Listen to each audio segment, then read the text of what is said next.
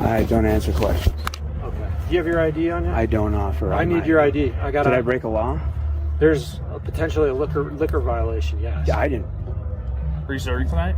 I didn't violate anybody. So. Okay. Well, it's unlawful to serve someone who's visibly intoxicated. Right. Okay. So I think we all know that, but I didn't do that, so. All right. Do you have your ID? No, I don't. I didn't break any law. Right?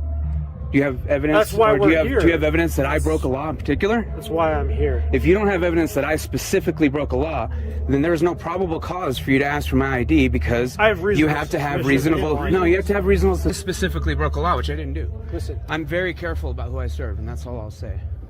Listen, I have reasonable. That's why I'm suspicion. recording. Okay, that's fine. You can record. I'm recording too. Yeah, well, that's good. I have reasonable suspicion that there was a violation. By who? Of liquor violation by the people serving alcohol here tonight. Okay. Again, I still don't understand what that has to do with me. I'm just here working a catering event. I'm here working for the staff. So. I already explained that to you because I was told that you were also serving alcohol at the bar tonight. Okay, by two other employees here.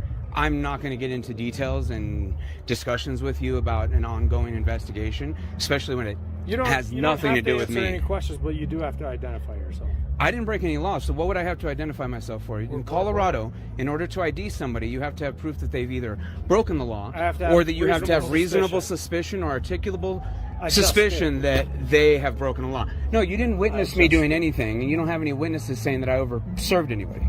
So I don't I need to detain you and... What would you detain me for?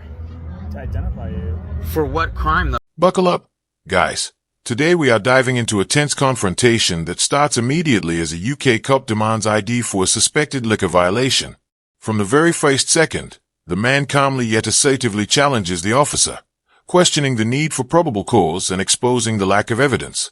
This opening sets the stage for a masterclass in knowing your rights while under scrutiny, immediately grabbing attention and establishing stakes. You have to have a crime to detain me. Reasonable suspicion is not a crime. Yeah, go ahead.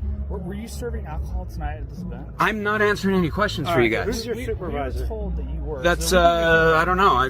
Marissa? I don't know. I just worked the venue. I don't know who my supervisor is. Yeah, we'll hang tight. I don't hang tight. I'm not in the military. So that's a military term. I'll have you stand here. I'm not in the military, so I don't follow military orders like hang tight. It's a military order. So I was in the military. I don't. Were you? Yeah, that's probably why you say it. Hang tight's a military term. I'm not a military person. I'm a civilian. So there's no reason to hang tight. I'll wait here, though. Is there something I did to upset you? No. I'm not understanding why you guys think that you have the right to my ID when I didn't break any law. I didn't violate any crime. You have no proof that I violated any crime. Reasonable suspicion means that you have reasonable suspicion that you have proof someone violated a law. You don't have that. You have hearsay from many different people. You didn't witness anything. So reasonable suspicion has to occur in order for you to require my ID. That hasn't occurred yet. I'm not stupid. I know the law very well. I'm a paralegal. You're not going to bully me into forcing ID out of me for something I didn't do. I didn't break any law. So you have to have a law broken or say, we're pretty sure he broke the law in order to ID me. You don't have any proof that I broke the law because I didn't. Can I talk? Yeah, go ahead. Okay. So from my training, reasonable suspicion is that I need to investigate what's going on. I have reasonable suspicion that bartenders were serving alcoholic beverages at this venue. Right, but you have to have reasonable suspicion that I personally broke the law. Yeah, you do. That's how it works. You can't just have blanket suspicion. I'm not gonna argue with you if you don't argue. Yeah, you can't have blanket suspicion. You have to have suspicion of an individual. We have the right to be free in our persons, and effects against unreasonable. Hey, we witness a masterful explanation of the law in action. The man clearly differentiates between blanket suspicion and reasonable suspicion, calmly pointing out the officer's lack of grounds to demand his ID. As the conversation escalates, he asserts his role as a paralegal, making it clear that he knows the law better than the officers present, keeping the interaction controlled and intellectually tense while the officers struggle to justify their actions. Reasonable, right. I have to have evidence. No. In order to even ask for my ID, you need to have a warrant, or you have to have reasonable, articulable suspicion or probable cause that a crime has occurred. You don't have that against me. I didn't. Reasonable suspicion that a bartender that was working here tonight. You have no reasonable suspicion that I was. Did you see me behind the bar? Or did you see me running around picking up glasses? We're gonna ask your supervisor and other people who work there. That still doesn't matter. I was running around picking up glasses. I was running around picking up glasses. I'm recording as well. And agree to disagree. I'm literally running around with a tray in my hand. When you got here, you didn't see me serving anyone. Okay. Right? All right. I'm not gonna argue with you. So I don't understand where your reasonable, articulable suspicion that I personally committed a crime is. You can suspect all you want. You can come back later and demand whatever you want once you have that, but you don't have that because I don't break the law. Okay.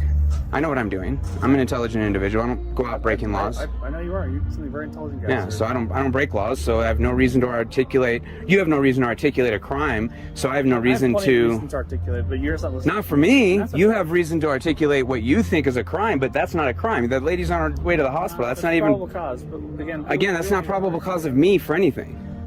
You're right. I have reasonable suspicion that I'm trying to investigate. Right. Reasonable suspicion is where we're at right now. I'm trying. Don't interrupt me Yeah. real quick. Let me finish my statement. Right. Reasonable suspicion Yeah. that people who are working at this event, who are serving alcohol, served alcohol. And that is go ahead. Who served alcohol to these people here, right? So we're just trying to identify. And that is a completely different thing than reasonable, articulable suspicion. Reasonable suspicion just means you reasonably suspect something happened. Reasonable, articulable suspicion. In this part, the tension rises further as the subject addresses confusing language and military-style commands like hang tight, calling out their inapplicability. The back and forth becomes an intense verbal chess match, with the man systematically dismantling the officer's authority by highlighting the difference between reasonable suspicion and proof. His calm but firm demeanor keeps viewers glued as the officer's lack of preparation becomes increasingly apparent. Is that you specifically have articulable proof. You have reasonable, articulable proof that one individual broke the law. That'd be probable cause. No, that's Yeah. probable cause is the next step. No, it's After probable. reasonable, articulable suspicion, then you interview everybody that you can, and if that gives you enough probable cause, then you have a probable cause statement to do an arrest.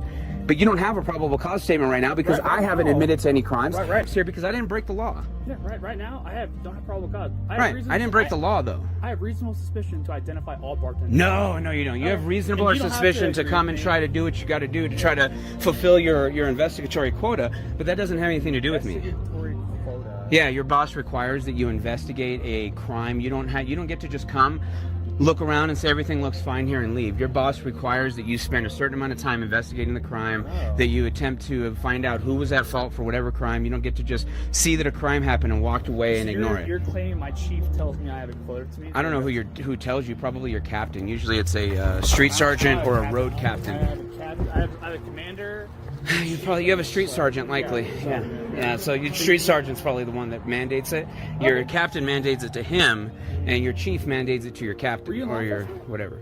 I know a lot about him. I've been a police accountability activist for 2 decades now, so I know quite a bit about law enforcement. All right. I don't understand why I'm still out here. I have work to do. Am I breaking the law in some way that you have the right to detain me?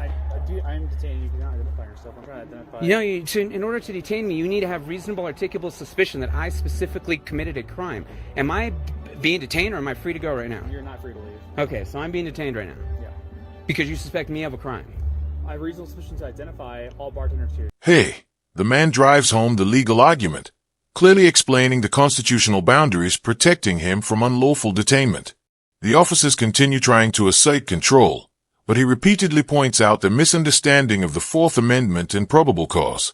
Every rebuttal is precise, educational, and delivered with authority, turning a routine stop into a valuable lesson on civil rights and the importance of staying composed under pressure.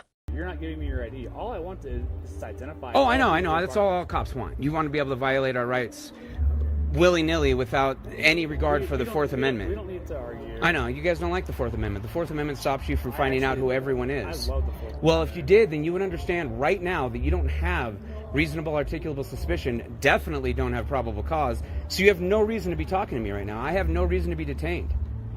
This is an unlawful detainment. I have work to do. I have to get back to work. Can I go ahead and get back to work now? Not yet, sir. Sergeant Murdoch said he's talking to your supervisor, trying to figure out who you are. I'm sure you're not willing to give me your name. You have no right to that information. You need to go do your job. Me being, obedient has nothing to do with your job. You need to go do your job.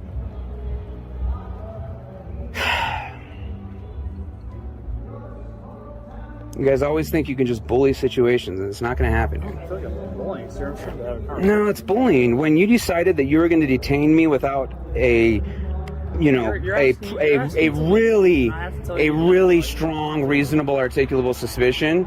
By detaining me without that, you are clearly violating my Fourth Amendment right now. You're violating my Fifth Amendment right.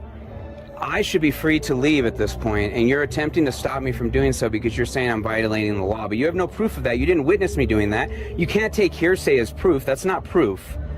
You have to witness something in order to call it proof, and you don't have that. I didn't do anything wrong. I didn't break the law. I don't do that. Sir, I'm always very careful. To identify you. You don't get to just identify me, though. You can say that you saw some bartender, but I'm not a bartender. I'm a server. You literally watched me walking around picking up glasses of water off of tables. Were you serving alcohol tonight? I'm not answering any questions. You literally saw me. You literally saw me picking up glasses of water. That's what you saw me doing. I just met you right here, right now, sir. I watched you walk in as I was walking around picking up glasses. I don't know what you were looking for. I'm just letting you know that I saw you as I walked in when I was picking up glasses. I'm just trying to get my job done. I got work to do. I want to be able to go home. It's already what? I'm not being detained any longer? No. So what was I being detained? What reasonable articulation did you have that you could detain me? I've already explained this. No, you didn't. You just told me I'm being detained. So you can explain it to me. What reason? Let me finish real quick. What reasonable articulable suspicion did you have that I committed a crime that gave you the right to detain me? Okay. We get called here because there's an unconscious female that was reported that she had been served 7 or 8 alcoholic beverages. None of that's my problem. No. Don't interrupt. Don't interrupt. Yeah, I get it, but that's not my problem. Done. We're out of yeah. here. See you later. Y'all have a great day. That's just not my problem. You know what I I'm mean? not going to argue with you. Yeah, I'm not going to argue with you either. Have a good night. Thank you. As the standoff concludes, the man confidently asserts his right to leave, refusing to be detained without proper legal grounds. The officers are left with no choice but to disengage. This final section showcases how knowledge, composure, and clear articulation of rights can completely neutralize attempts at intimidation. Don't forget to like the video, subscribe to the channel, and we'll see you in the next video as we continue to expose real-life encounters where knowing your rights makes all the difference.